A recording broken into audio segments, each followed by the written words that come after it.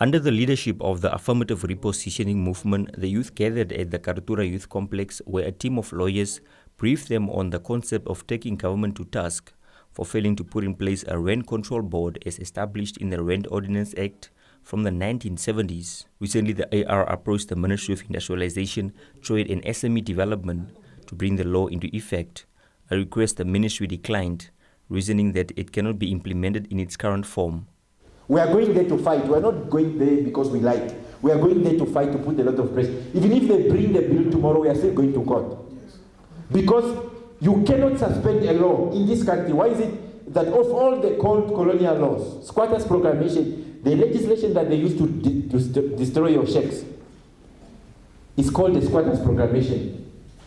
It's an old law. It's an old colonial law.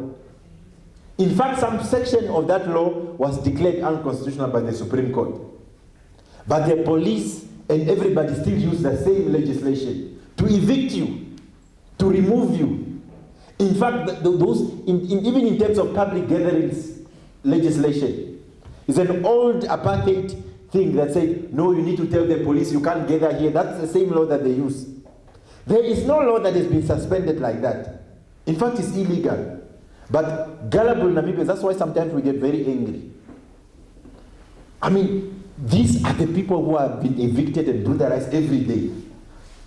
Having your family in the garages, opening that huge door every time you come with your girlfriend, but you don't do anything. The youth enlisted as a united group, as a team of aspiring law practitioners pledged to represent them at no cost. Amomo Kadila criticized government for not taking the housing issue seriously enough, while his counterpart, Mbushanje Ntinda, said any outcome can be expected from the fight.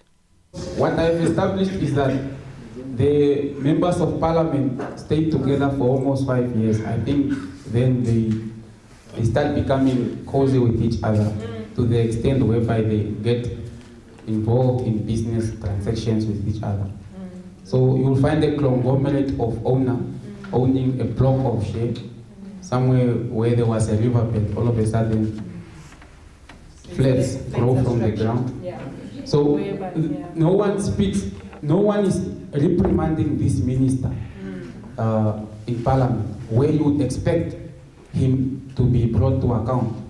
This is what some of the youth had to say on the rent issue. If you really want to change the whole issue, stop putting in those passive income notions and saying, okay, I'm going to invest into real estate, and then I'm going to sit 8 to 5, end of the month, get my money.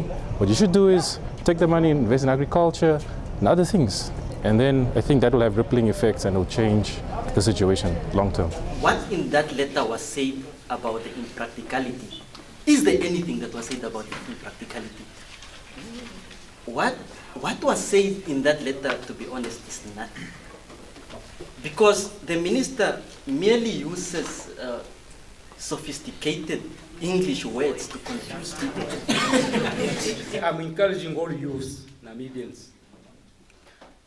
to rise up.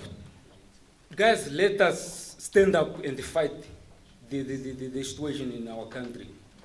With this approach, the youth hope that a win in court will result in the phasing out of challenges that they face as tenants and in the long run address the housing crisis in the country.